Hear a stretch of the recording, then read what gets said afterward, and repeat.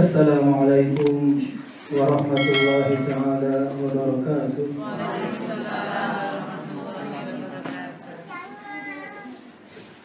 Nahmaduhu wa nasta'inuhu wa nastaghfiruh wa nusalli wa nusallimu ala rasulihil karim wa ala alihi at-tahirin wa ashabihi ajma'in wa tabi'in wa atba'ihil humati lid-dinil qawim. Amma ba'd. Segala puji bagi Allah Ta'ala yang telah menghadirkan kita semua di tempat yang mulia ini. Masya Allah ya, saya hari ini takjub untuk beberapa hal. Yang pertama oleh Gus Narto. Saya tahu beliau dari udah lama, dan juga sebaliknya. Jangan sebut jangan Bu ya dulu. Ya sekarang beda, sudah ada kegiatan lain. Jadi masya Allah ya, hadis Nabi mengatakan, Ghaniyun syakirun khairun min fakirin abi. Hadis. Artinya, orang yang mampu, yang Allah lebihkan harta kekayaan, dan dia ahli syukur.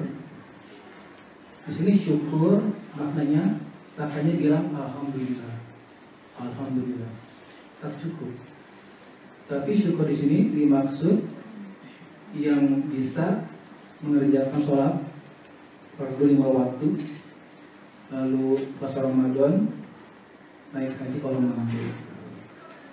Orang yang begitu, kata Nabi, khairun, lebih baik daripada seorang yang fakir, yang miskin, tapi dia ahli ibadah.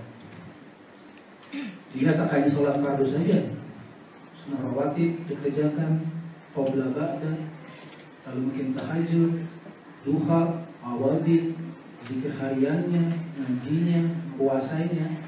Tapi orang begitu itu sangat baik. Kalau dibandingkan dengan orang yang pertama itu, siapa itu? Ghaniyun syakir, dia di bawahnya. Hadis. Malah orang yang begitu, yang pertama itu Ghani syakir, akan di surga lebih awal dari orang yang ahli ibadah itu. Insya Allah Bu Narto adalah salah satu darinya. Amin. Dan juga kita harus menempatkan keluarga Pak Sunarto, menghormati mereka lebih tinggi lagi. Kenapa begitu? Bayangkan, Syekh Hisham dan rombongannya sudah berapa kali ke sini? Tetap itu. Siapa yang terima semua itu? Yang memberikan tempat istirahatnya, tempat tidurnya, belum mobilnya. Masya Allah. Semoga Allah memberikan balasan yang berlebih, Bu, bagi keluarganya. Ya khair. Nah, sekarang saya akan mulai ke topik tausiah saya. Wanita sebagai apa tadi? Panjang ya? Oh, videonya. Saya harus dulu menarik apa? Intisari apa nih saya sudah sampaikan? Ya khair, saya tangkap.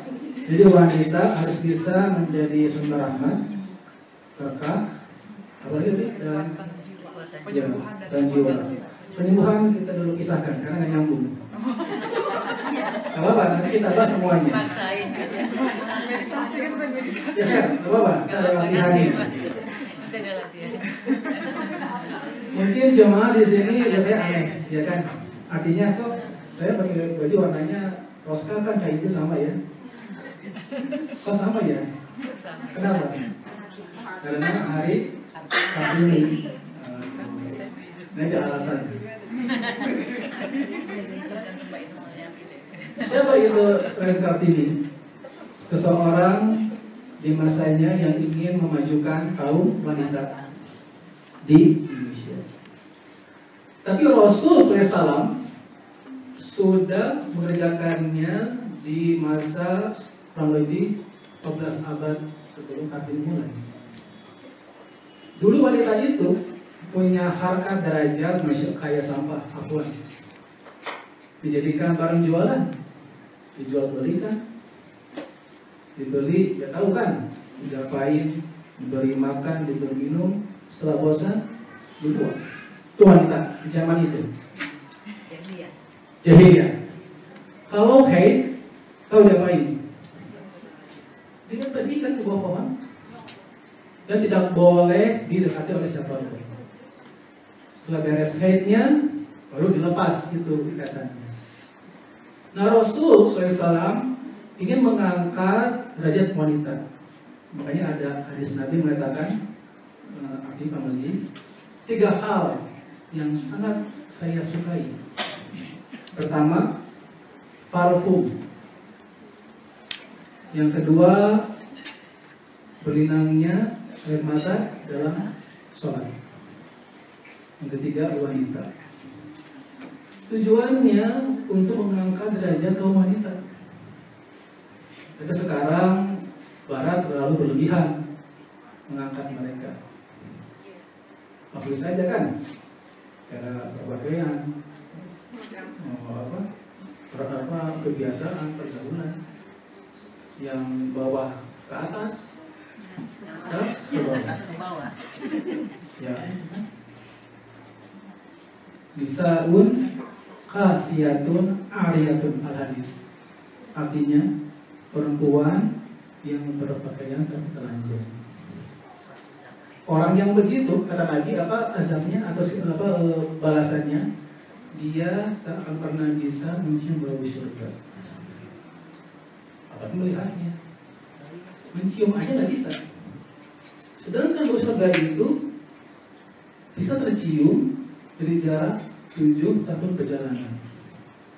Misalnya, kalau kita akan ke surga sekarang, kita butuh waktu dalam itu safar 2 tahun, kita sudah bisa mulai mencium baunya dari sekarang. Tapi orang yang begitu, yang saya maksud, tidak bisa bau surga.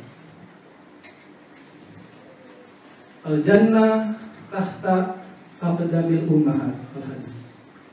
Surga ada di bawah telapak kaki ibu. Mau bukti?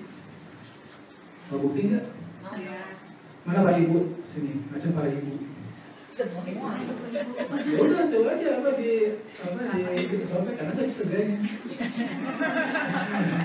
Ya, cuma jogging ya, jangan terlalu serius. Tapi perempuan bagaimana supaya dia bisa menjadi sumber kebaikan, sumber berkah untuk jiwa, ada syaratnya. Sumber Pemikiran juga. inspirasi. Everything ya, sumber semangat ada syaratnya. Tidak hanya sekedar pakai jilbab atau apa, cukup. Kata Nabi, hadis ayyumam ra'atin, wanita siapa saja, 1, sholat khamsaha, dia telah sholat 5 waktu. Catat tuh, itu syaratnya. Yang kedua, wasomat syahroha, dan dia puasa Ramadan, mewajibkan, cukup.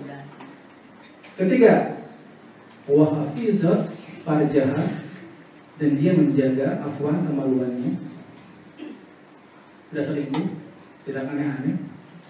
Yang keempat, wa'atoat zaujaha, dan dia suami, ya kan? Ya, hadis. Yang begitu, fakilalaha udkhulil jannata min ayyi abwabil jannati syi'ti. Hadis. Kata Nabi, akan dikatakan pada orang itu perempuan, masuklah surga dari pintu manapun yang kau kehendaki. Ya, suruh milih. Kenapa? Karena ketika wanita bisa sholat 5 waktu, bisa puasa Ramadan, menjaga kemaluan, suami, maka semua ikan di laut, ikan paus, ikan hiu, habis. Apalagi ikan macam-macam kan banyak di laut. Semua malaikat, semua bulan, semua bintang, semua planet mendoakan buatnya pada Allah supaya Allah mengampuni. Gimana dia harus surgakan? Semua makhluk mendoakan dia. Gimana Bu? Semua makhluk di langit dan bumi. Iya, hadis. Gampang buat roman sederhana, gampang banget. Kerja boleh nggak kerja? Boleh. Boleh saja, tapi tidak jangan sampai melalaikan yang 4 ini.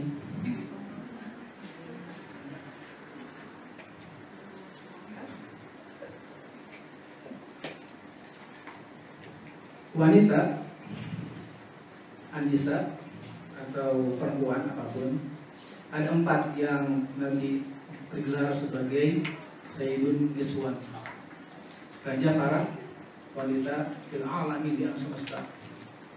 Saya tahu satu siapa? Khadijah. Dong, pas saya berurutan. Asia, imro'at Fir'aun. Jadi istri Fir'aun beriman kan? Insyaallah. Yang kedua, Maryam binti Imron. Apa arti Maryam? Apa artinya Maryam? Maryam artinya adalah tempat yang tinggi. Nah, dia pernah dipingit atau apa ya istilahnya, diberikan mihrab oleh Nabi Zakaria. Mihrab tempat untuk ibadah. Yang tinggi. Maryam ya. Gak ada pintu yang bisa masuk. Jadi kan tinggi kan? Hanya Nabi Zakaria yang bisa masuk kan, yang memberikan makanan. Kayak Rasulullah, mirip kan? Jadi Maryam tugasnya hanya ibadah saja. Anehnya, Nabi Zakaria setiap kali masuk ke ruang Maryam alaihissalam selalu mendapatkan makanan. Kan dia bawa makanan. Nah, siapa yang masuk? Kan yang bisa cuma saya aja. Dia tanya, ya Maryam, anna laki hadza kan? Gimana ini bisa ada gitu kan? Kata Maryam, qalat hiya min indillah. Ini makanan dari Allah. Masya Allah. Besok kalian kaget. Ini orang dari Allah minimalkan. Maryam apa? Dia punya gelar. Boleh tak Nabi? Yang wali aja om, yang wali. Ada Nabi. Dengan apa Maryam kalau tidak punya apa gelar di mata Allah? Nabi atau wali? Kan katanya kan kalau perempuan hanya bisa jadi wali aja kan, nggak bisa jadi nabi. Tadi kan Jibril kan sama dia datang, Jibril kan berbicara kan, dan Jibril hanya datang pada nabi. Nabi. Itu Jibril mesti datang. Jibril gak mungkin datang kalau udah ke nabi. Oke, ada yang mengatakan wanita hanya sampai wali. Oke, kita hargai itu pendapat. Tapi Jibril datang. Ya kan? Bicara kan? Itu kan hanya Nabi yang begitu kan? Nah, setelah Nabi Zakaria tahu dia orang mulia, apa yang dia kerjakan Zakaria? Ayat mengatakan fada'a Zakaria Rabbah. Lalu Nabi Zakaria berdoa pada Tuhannya di depannya Maryam.